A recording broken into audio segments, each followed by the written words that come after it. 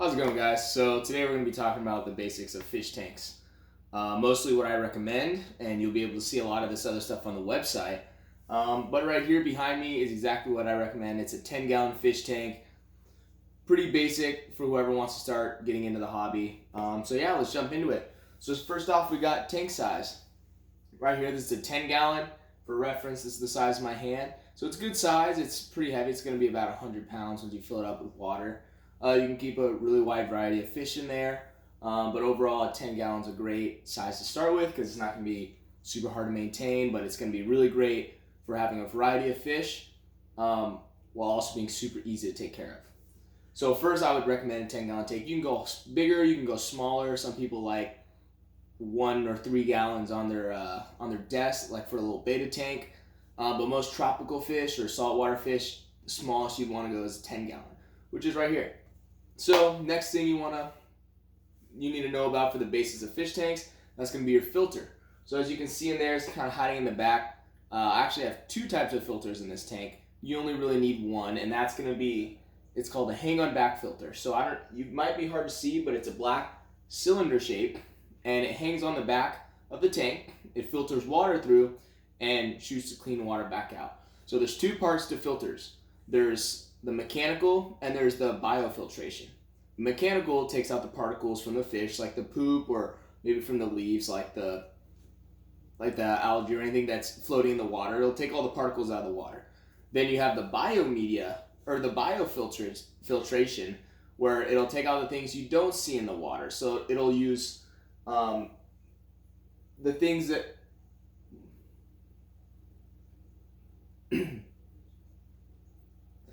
it'll use bacteria that's grown inside the filter to take out.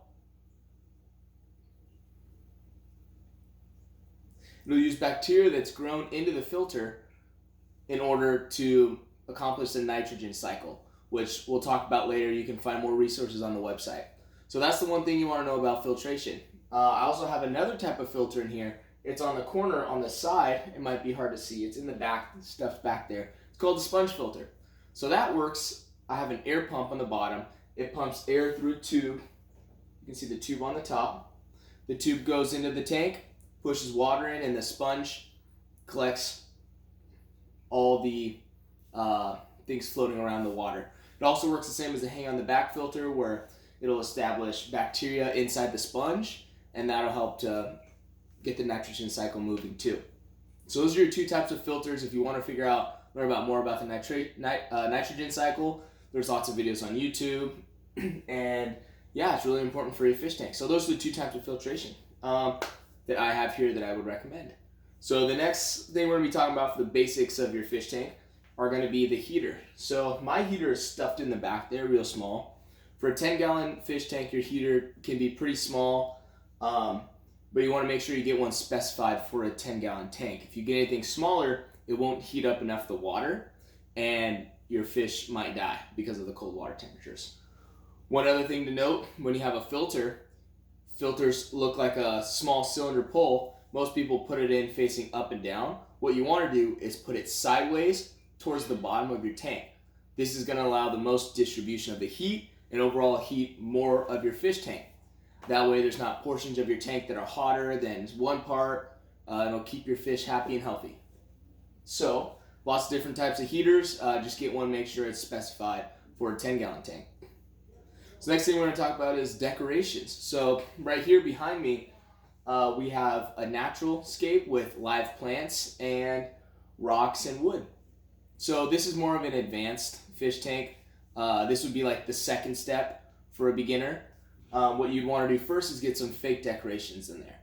Fake decorations are easy. You don't have to worry about growing anything. The fish are going to love it, and usually if you buy it from any pet chain store, they're going to be safe to put in the water. So behind me though, if you do want to go for a little bit more of an advanced step, I have plants in there that are planted onto different rocks and wood. That way you don't have to worry about any soil, aqua soil, nothing like that. Keep it simple when you're starting. So take the plants. There's plants, you've probably heard a lot about on YouTube. There's Java moss, Java fern, Anubias, cryptocorynes. Usually aren't supposed to be on wood and rock, but you can probably get away with it. But those will all work great, super easy to maintain. But that would be a little bit more of a advanced step if you guys are looking to get a little more deep into the fish keeping hobby. But to start, I would recommend getting some fake plants. I have some right here. Something like this. It's a fake plant. You can stick that in your tank and it'll grow bacteria on it, and that also will help with the nitrogen cycle. But you can just plop one of these in your fish tank and your fish tank looks great and ready to go. So that's all I have. So as far as recommendations to start your fish tank, I would say again, you want a 10-gallon tank.